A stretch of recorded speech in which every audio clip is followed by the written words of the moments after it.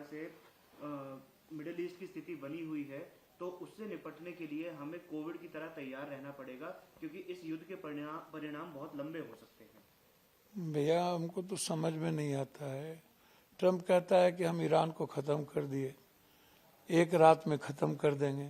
फिर ट्रम्प किसी से सहयोग मांगता है, फिर ट्वीट करता है, फिर कहता है मैंने ईरान के ऐसे जगह पर हमने तबाह कर दिया है। अब ट्रम्प सही बोल रहे हैं कि हमारे देश के प्रधानमंत्री जी को पता है ही कि इजराइल की क्या स्थिति है। तो प्रधानमंत्री जी जो बात कह रहे हैं, ये बात बहुत पहले कहने की जरूरत थी। तो इसका सबसे बुरा असर पड़ेगा। तैयार रहना चाहिए क्या मतलब? हम लोग को हाथ खड़ा कर देना चाहिए कोविड की तरह।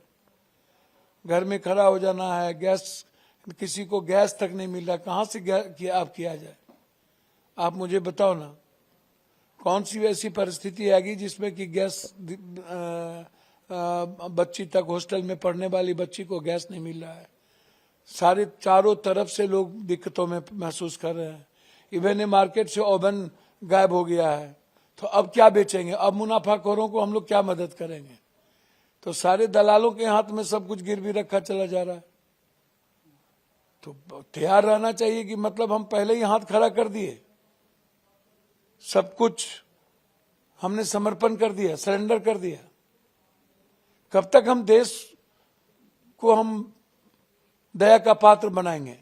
कब तक हम देश को मोहताज करेंगे?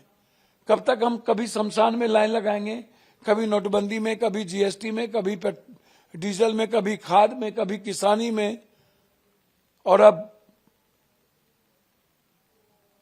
किचन में। ये मजबूत, ये 56 इंच के प्राइम मिनिस्टर की भाषा नहीं है। राहुल गांधी कह रहे हैं कि पीएम इस पे क्यों भाग रहे हैं, इस पे डिबेट करें। पीएम इसलिए डर रहे हैं क्योंकि पीएम कॉम्प्रोमाइज्ड है।